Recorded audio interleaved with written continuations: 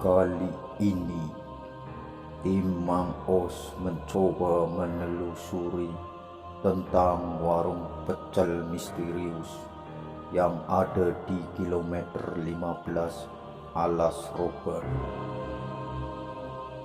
Dan kami mencoba menuruni tebing yang berada di kilometer 15 untuk mencari keberadaannya demi mengungkap apa yang menjadi keresahan tentang warung pecel misterius.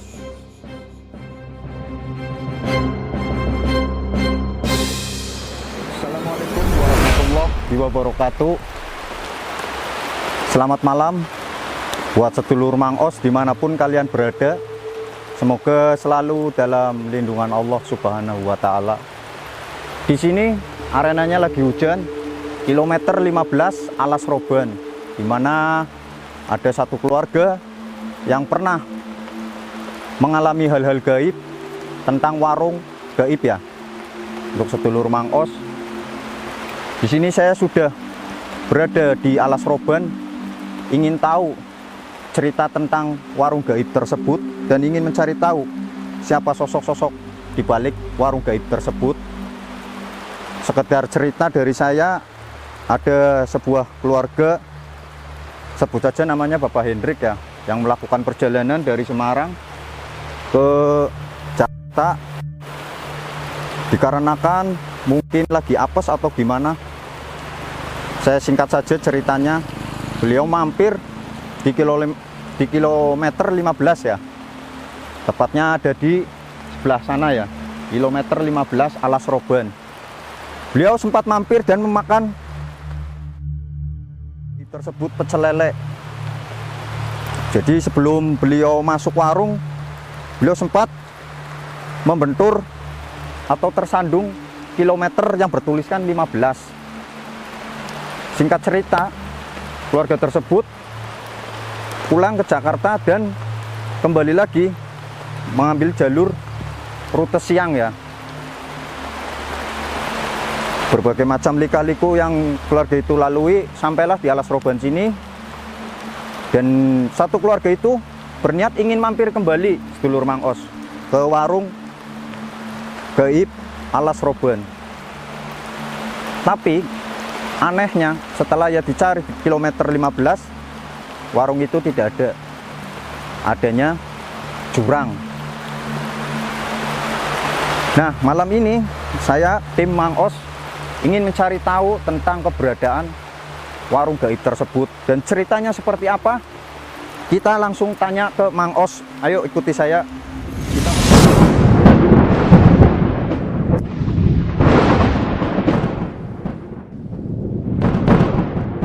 Kita menuju Mang Os yang tadi lagi memediumisasi. Karena Mang Os sedang memediumisasi, untuk sedulur Mang Os bisa saksikan ya. Kalau malam ini saya di sini, alhamdulillah saya minta izin pada Allah Subhanahu wa Ta'ala untuk diberikan keselamatan. Karena cuacanya hujan juga, tadi ceritanya saya singkat. Saya tidak bisa menceritakan secara detailnya karena hujannya semakin lebat dan saya masuk di area perjurangan yang dimana di bawah sini kilometer 15 ada di atas ya. Kita turun menemui Mang Os yang lagi memediumisasi. Kalau biasanya saya sama Mang Os opening bersama-sama ya, tapi malam ini kita bagi karena arenanya hujan lebat. Saya kehujanan pemirsa, hujan-hujanan. Makanya sebelum itu jangan lupa subscribe, like dan komen.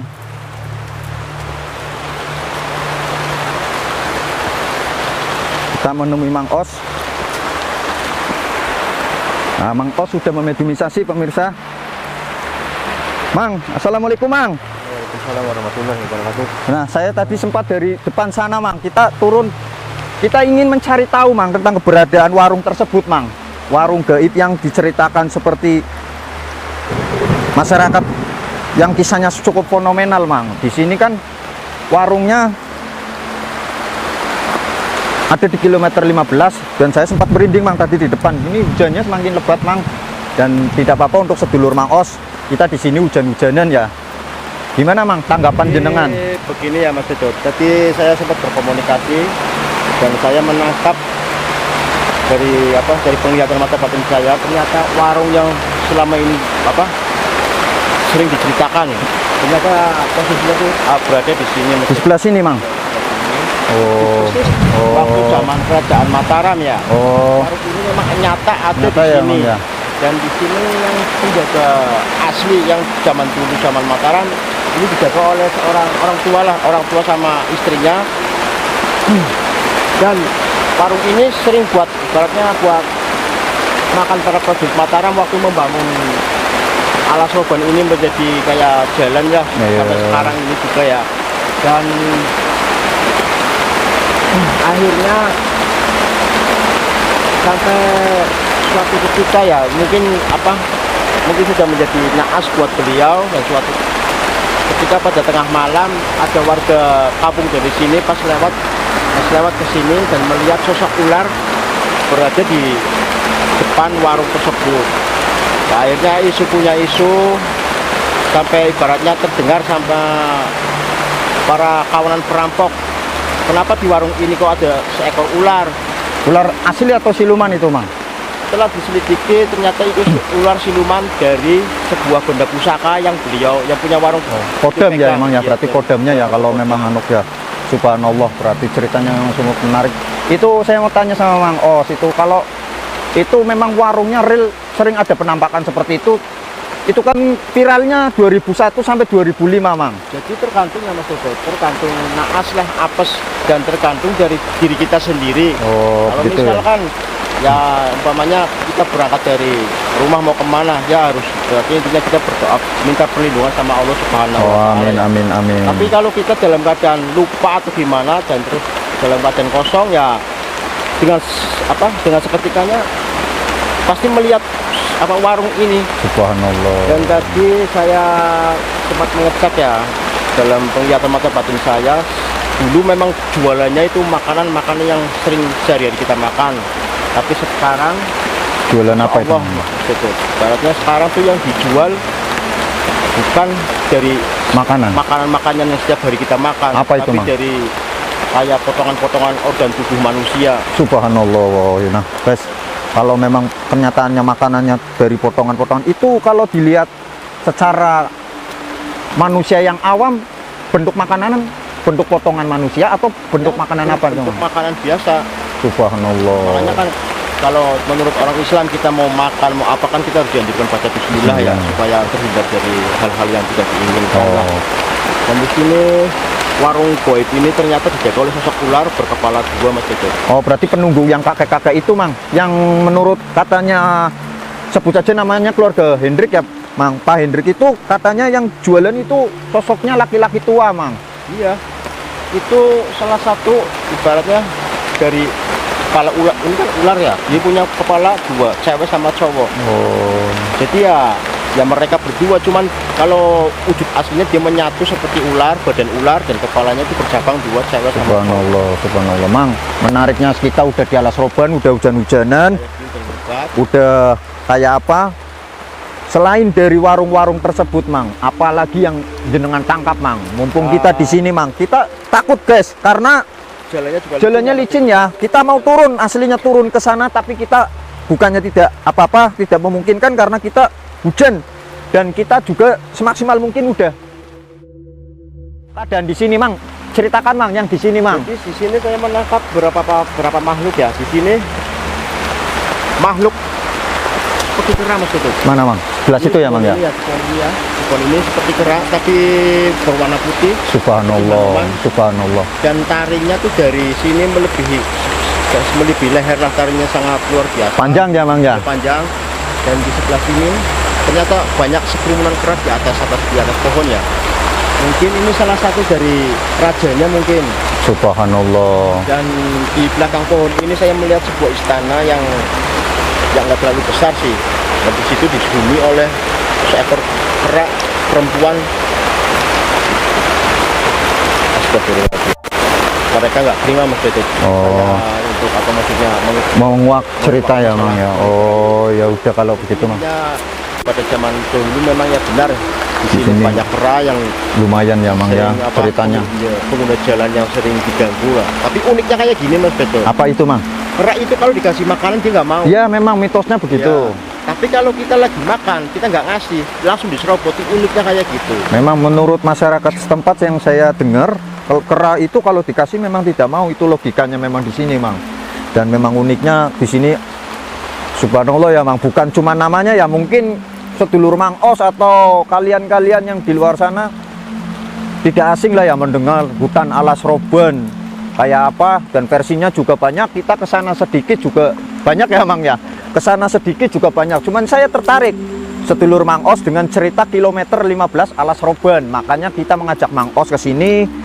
Dan saya cuma ingin tahu tadi kalau warung gaib itu benar ada tidak. Oh, ternyata Mang Os tadi memediumisasi, ternyata itu benar Mang. Saya tanya sekali lagi Mang, warung itu selalu buka setiap malam atau di malam-malam tertentu Mang? Oh, waktu zaman dulu, waktu zaman Mataram ya, kerajaan Mataram itu setiap hari Mas Beto. Karena beliau melayani para prajurit dan orang-orang kampung sini lah untuk apa, menjual makanan. Tapi kalau sekarang ini kan udah masuk udah di alam goib ya. Iya. Dan warung itu ternyata bukan yang asli, yang jualan yang zaman dahulunya nenek-nenek sama kakek-kakek itu. Itu kodamnya ya Mang? Kodam dari pusaka yang beliau pegang. Nah Mang, ini yang menarik di belakang kelihatan Ya asap. memang di sini Asap saya merasakan pemirsa. asap ya. Nih, Saya- lihat di tangan saya ya Mas Beto ya. Ini asap ini. Lihat Beneran? tangan saya nih. Saya nggak bohong. Dekat lagi Mas. Tangan saya keluar asap. Nih. Ini asap semua nih di belakang saya nih. Nih. Subhanallah. Subhanallah. Ini Mas Beto. Assalamualaikum. Assalamualaikum. Kita nggak usah takut. Maksudnya kita takut kepada Allah Subhanahu wa taala, jangan takut sama makhluk-makhluk ciptaan Allah Subhanahu wa taala. Semakin kita takut sama makhluk-makhluk tersebut, dia malah ibaratnya akan semakin senang. Karena yang ditakutin bukan Allah tapi mereka. Oh, begitu Jadi ya. warung ini ya, tadi Mas Beto sempat tanya, bukanya itu pada malam-malam tertentu, malam-malam yang sakral seperti Malam Selasa Jumat, Kliwon, Mang. Selasa Kliwon, dan Senin Pahing. Nah, yang menariknya lagi, Mang, apa semua orang bisa melihat seperti ada pengalaman 2001, 2005 atau cuman itu mitos atau pas kebetulan apes, Mang, sang orang tersebut, Kalau Mang? menurut saya pas kebetulan apes ya Mas Beto. Oh. Yang tadi saya ceritakan ya, intinya ya kalau ya jangan lupa intinya kita mau kemana-mana dulu. Berdoa ya, Mang ya. Kita lupa ya Subhanallah, subhanallah. pas mereka suka sama kita ya, Asik, mungkin akan diberi langsung beliau melihat ada warung di sini, dan intinya kalau melihat warung itu tersebut intinya dia langsung pengen mampir, jadi penasaran langsung mampir. Yang uniknya kan waktu mau masuk tersebut, Mang, itu salah satu dari keluarga Papa Hendrik sempat tersandung batu kilometer 15, Mang. Iya, di depan. Ya, yang di depan. Tapi kalau logikanya kalau warungnya ada, itu mau buka di mana, kita di sini jurang. Iya, kita di sini pulang ya. Jadi saya bingung sendiri. Makanya tadi kita ingin tahu, dan saya dan tim Mang Os memediumisasi, dan kenyataannya memang warung itu real ada ya, Mang ya. Subhanallah, warung itu memang warung gaib yang dihuni sosoknya kakek yang berkepalanya manusia tapi badannya ular, yang menurut Mang Os mediasi tangkap ya. Di sini subhanallah luar biasa pemirsa. Saya hujan-hujanan, dan semakin hujan semakin sakral di alas Roban sini. Jadi saya merasakan sesuatu energi yang sangat luar biasa ya, yang mengandung unsur yang ibaratnya sangat jahat sekali. Negatif ya, Mang ya. Tapi nggak tahu ini dari makhluk apakah energi itu tersebut. Saya akan coba mengecek yang itu. Silakan, Mang. Nah, sedulur Mang Os, untuk sementara biar Mang Os mengecek tentang tadi gangguan ada energi yang tidak enak ya. Kalau arenanya tidak begini, kita semaksimal mungkin inginnya turun. Bukannya di sini, bukan. Jadi kita ada di tengah-tengah jurang. Ya, kita turun licin. Subhanallah. Apa, Mang? Saya menangkap sosok makhluk kecil ya, seperti jenglot. Oh, jenglot. Dan dia posisinya berada di pohon ini di depan kita. Pohon nomor 3 ini ya, Mang ya. Yang pohon besar ini ya. Kalau kalian mungkin tidak bisa kelihatan karena kameranya juga di sini agak. Mang, yang menariknya banyak kabut nih, Mang. Saya mau tanya ke jenengan, kalau kabut di sini, Karena kayak gini ya Mas Toto.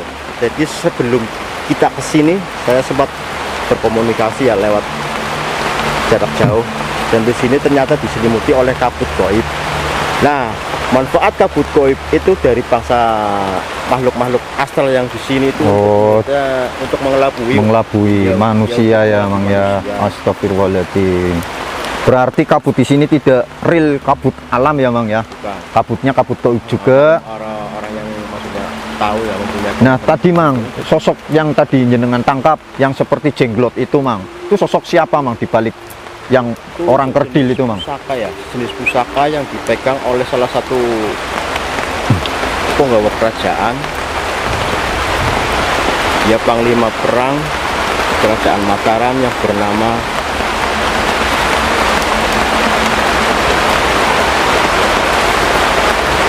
Banyu Ireng. Dia Oh, panglima Banyu Ireng, panglima perang dari Batara Kala Murka itu, Mang. Dia bernama Batara Kala. Batara Kala Murka. Jadi sosok dia memang sejenis jenglot dan dia selalu meminta tumbal darah gitu. Subhanallah. Jadi saya apa? Negatif tuh, Mang, berarti, Mang. Ya, unsur negatif. Dan panglima perang tersebut itu sudah nggak mau memegang pusaka ini karena kalau selalu dia bawa kemana tuh hawanya emosi dan pengennya tuh ya kayak gitu terus selalu menyelesaikan segala sesuatu dengan Kekerasan ya, Mang ya. Iya. Subhanallah. Karena di sini hujannya sangat lebat, tambah lebat. Ini masih itu energi dari Batara Kala ini.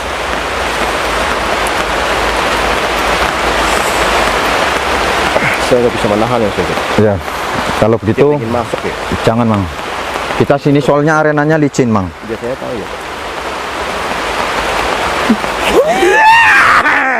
Subhanallah, subhanallah, subhanallah. Assalamualaikum. Rampes. Assalamualaikum. Opo rene. Saya Ganggu ketenangannya aku mungkin. saya minta maaf sebelumnya. Saya di sini mau mencari tahu tentang warung itu, Mbak. Harus ungkap daerah ya. Saya tadi sudah minta izin, Mbak. Iya. Ya kalau memang saya salah, saya minta maaf tentang ketidaknyamanan jenengan dan semua yang ada di sini. Saya di sini cuman merilkan, Mbah, cerita-cerita yang beredar. Ada wejangan yang Mbah mau sampaikan ke barangkali buat umat manusia, Mbah, yang ada di sini yang kan sering lewat. Subhanallah. Tapi kan tidak semuanya, Mbah. Aku maringo iki aku njaluk pang. Apa itu, Mbah? Aku pengen Ketihnya siapa itu, Mbah? bisa. Oh, subhanallah, subhanallah. Jenengan arep bisa ngenket ya aku ora bakalan itu sih. Jasa iki. Nah, pemirsa, dia tidak mau keluar ya. Mbah ini nggak mau keluar. Subhanallah. Aku arep mau. Tapi keluar dulu dari jasad ini, Mang. Ora bisa. Sorry. Frenes. Istighfar, Mang. Istighfar. Subhanallah. Subhanallah. Subhanallah. Subhanallah. Subhanallah.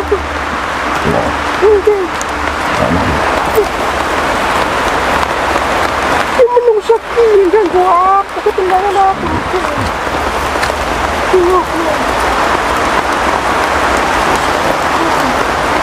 Ya aku janji ya aku boleh.